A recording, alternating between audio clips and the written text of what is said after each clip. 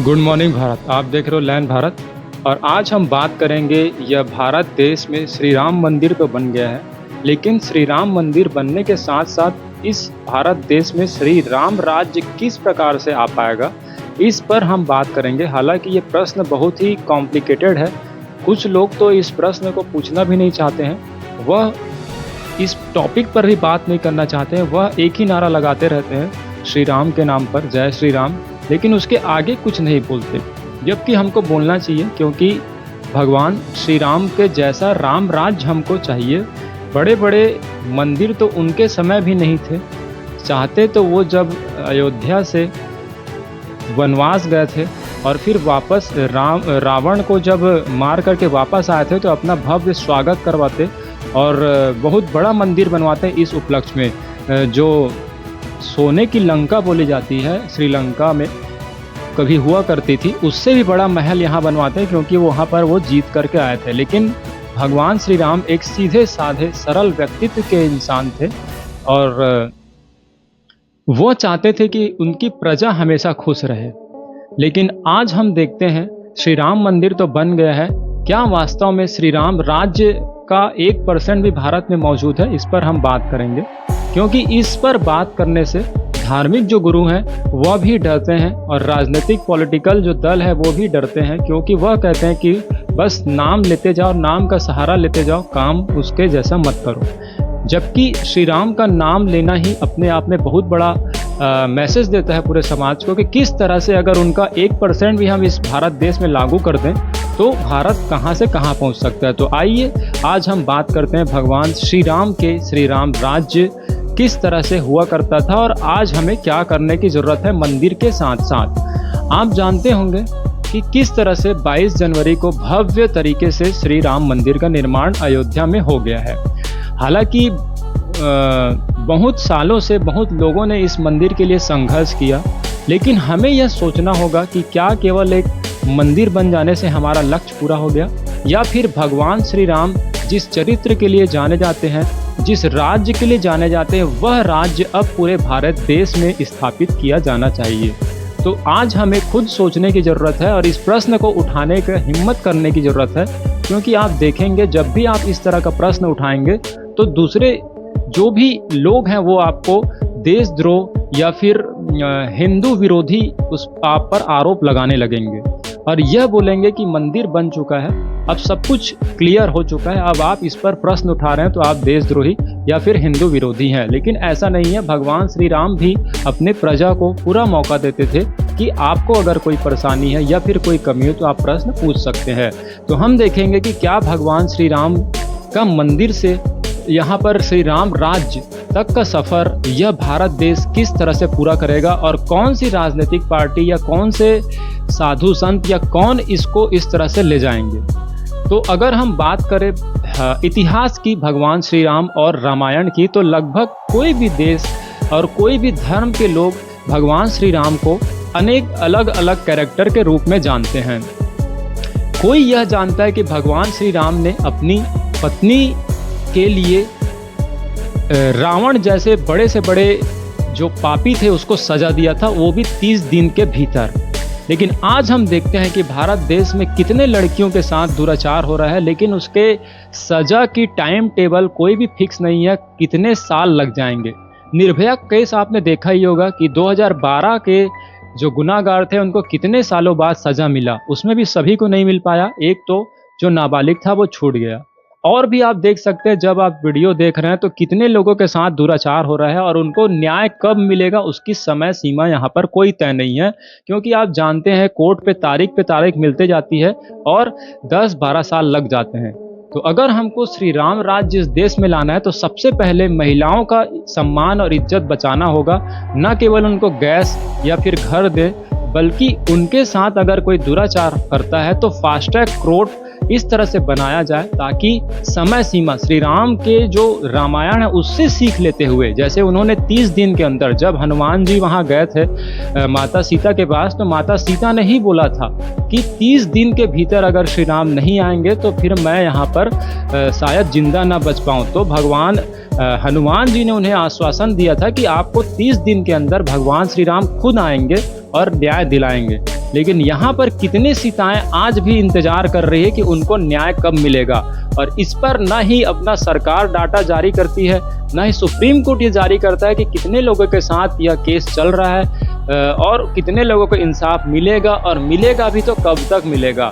तो आप देख सकते हैं मंदिर से श्री राम राज तक का सफ़र बहुत दूरी है। ये तो हुई महिला सुरक्षा की बात, जो श्री राम राज्य में हुआ करता था और आज हमें वह लाने की ज़रूरत है।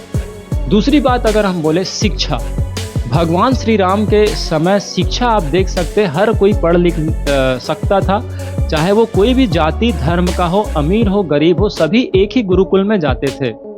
ऐसा नहीं है कि आप इस कास्ट के हैं तो आप इस गुरुकुल में जाएं, आप उस कास्ट के हैं लोअर हैं तो आपके लिए कहीं छोटा गुरुकुल हो। सभी के लिए लगभग एक नाम से स्कूल चलता था, गुरुकुल। लेकिन आप देख सकते हैं आज हमारे भारत देश में 2024 में स्कूल्स के कई लेवल्स हैं। आप प्राइवेट स्कूल में देखेंगे फैसिलिटीज़ काफ़ी अच्छी देते हैं, और वहीं गरीब का बच्चा सरकारी स्कूल के बहुत ही कम सुविधाओं में पढ़ रहा है। तो एजुकेशन भी यहाँ पर देख सकते हैं, मीडियम भी, उस समय मीडियम एक हुआ करता था, चाहे आप कोई भी व्यक्ति हो, आपको एक ही लैंग्वेज में एक ही शिक्षा एक ही टीचर पढ़ाएंगे। लेकिन आज के डेट में कोई बच्चा इंग्लिश मीडियम में पढ़ रहा है, कोई बच्चा हिंदी मीडियम में पढ़ रहा है। सक्सेस किसी चुनिंदा हाथों के ऊपर है, और जो बहुत बड़ा वर्ग है वो वहाँ तक पहुँच ही नहीं पा रहा है। तो हम किस प्रकार से एक मंदिर बनाने से पूरा देश यहाँ पर खुश होता है, लेकिन जो शिक्षा में इक्वलिटी है, जो समानता थी भगवान श्री राम के समय में, वो भी आज आनी चाहिए। इसके लिए भी प्रतीक्षा में पूरा देश बैठा हुआ है। तो कुछ ऐसा करना चाहिए कि शिक्षा भी भगवान श्री राम के समय की तरह हो पाए।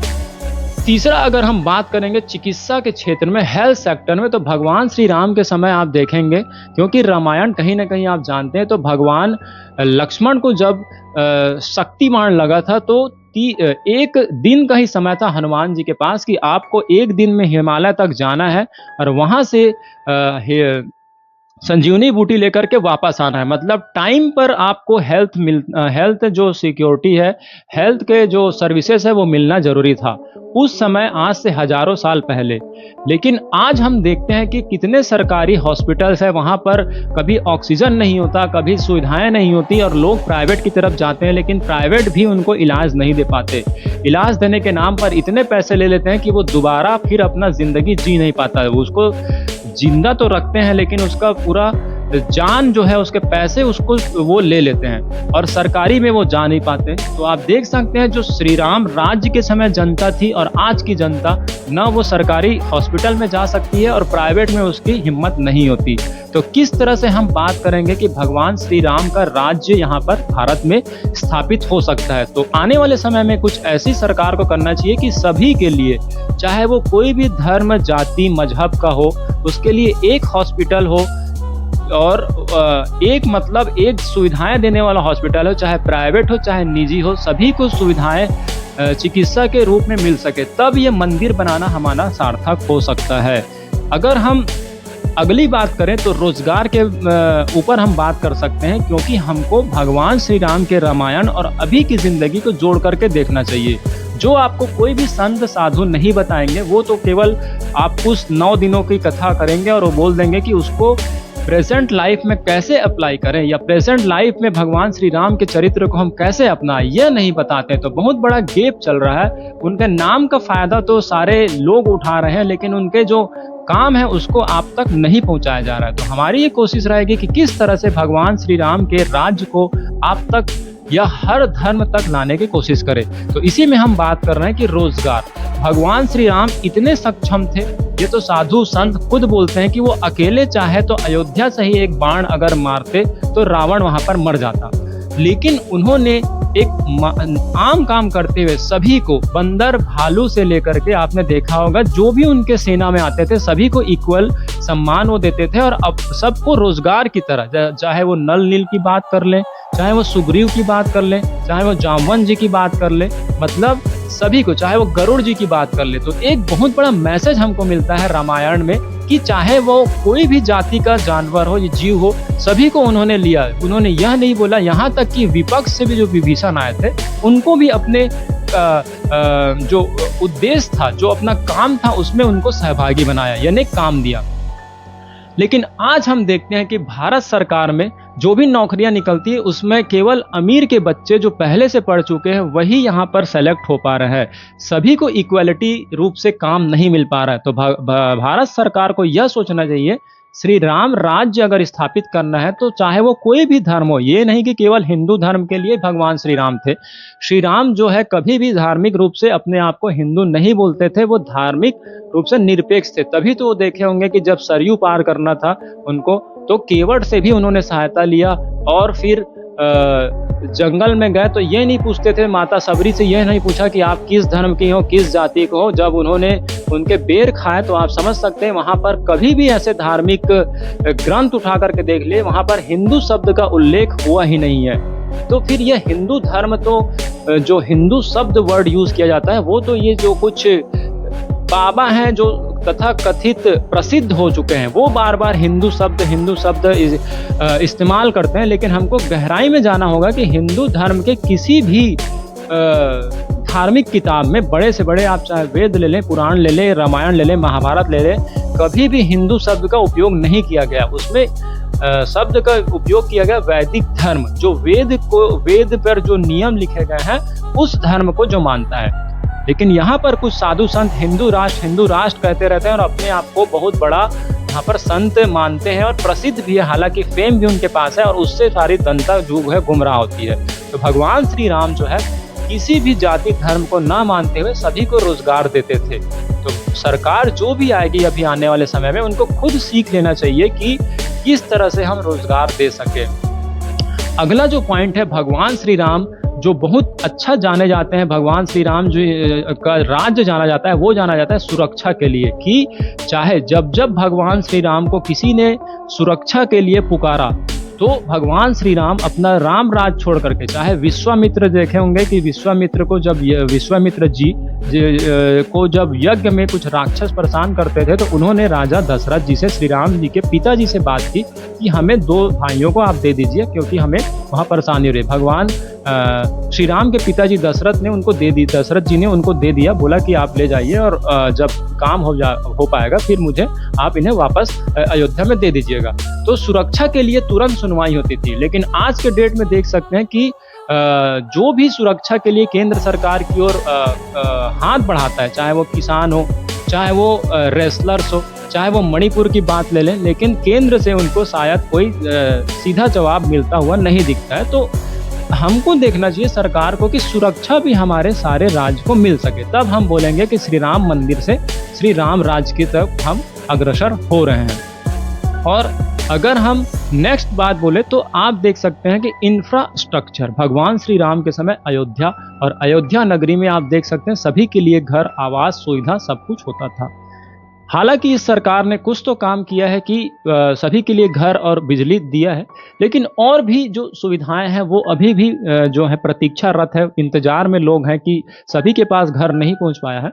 तो जो भगवान श्री राम के समय जिस प्रकार अयोध्या में सभी के लिए घर हुआ करता था, वैसा आज के डेट में सभी के लिए घर होना चाहिए। सभी के लिए घर होने के साथ साथ वहाँ पर लोगों के पास काम होना चाहिए, तब जाकर के हम बोलेंगे कि श्री राम मंदिर से श्री राम राज्य तक का सफर इस देश ने तय किया। तो अगर हम समरी में बात करें तो श्री राम मंदिर से श्री राम राज्य किस तरह से आ पाएगा। सबसे पहले महिलाओं के लिए सुरक्षा की व्यवस्था की जानी चाहिए, टाइम पर सुरक्षा की व्यवस्था की जाए। दूसरा, सभी को शिक्षा मिले, चाहे कोई भी जाति धर्म के लोग हो, बराबर शिक्षा मिले, 1 नेशन 1 एजुकेशन हो। तीसरा, सभी को चिकित्सा मिले, टाइम पर चिकित्सा मिले। और चौथा, अगर हम बात करें तो यहाँ पर सभी लोगों को रोजगार की व्यवस्था हो, कुछ न जितना जिसके क्षमता है उसके आधार पर। और उसके बाद सिक्योरिटी, चाहे वो हिंदू हो, मुस्लिम हो, सिख हो, ईसाई हो, कोई भी धर्म का व्यक्ति हो, अगर वो श्री राम राज्य में रह रहा है तो उसको बराबर सुरक्षा दी जाए, जो कि यहाँ पर कमी लग रही है। और सुरक्षा के साथ साथ जो बेसिक सुविधाएं हैं, रोटी, कपड़ा, मकान, ये भी मिले, तब हम कह सकते हैं कि अब भारत देश में श्री राम राज्य स्थापित हो रहा है। और मुझे लगता है इस तरह से अगर राज्य स्थापित होगा तो किसी भी धर्म को यहाँ पर कोई आपत्ति नहीं होगी। लेकिन आप ये सब न दे करके, इस पर बात न करके, केवल अंधविश्वास की तरह भगवान श्री राम का अगर नाम इस्तेमाल करते हैं, और इसमें सारे बड़े से बड़े संत भी इस तरह से बोलते नहीं है और ना ही कोई राजनीतिक पार्टी बोलती है, और जो भी आवाज़ उठाते हैं आप उसी के आवाज़ दबाने की कोशिश करते हैं, तो आप देख सकते हैं कि श्री राम जी का नाम का जो है मिसयूज नहीं करना चाहिए। नारा लगाना बहुत अच्छी बात है, लेकिन उस नारा से हमको हर पल यह सोचना चाहिए कि किस तरह से हम उसके राज्य को अपने भारत में स्थापित कर सकते हैं। तो कैसी लगी ये वीडियो आप बताइएगा, और अगर अच्छी लगी तो इस वीडियो को लाइक ज़रूर कीजिएगा, और भी इस तरह से सच को उजागर करने के हमारे प्रयास में अगर साथ देना चाहते हैं तो हमारे चैनल को सब्सक्राइब ज़रूर करें। धन्यवाद।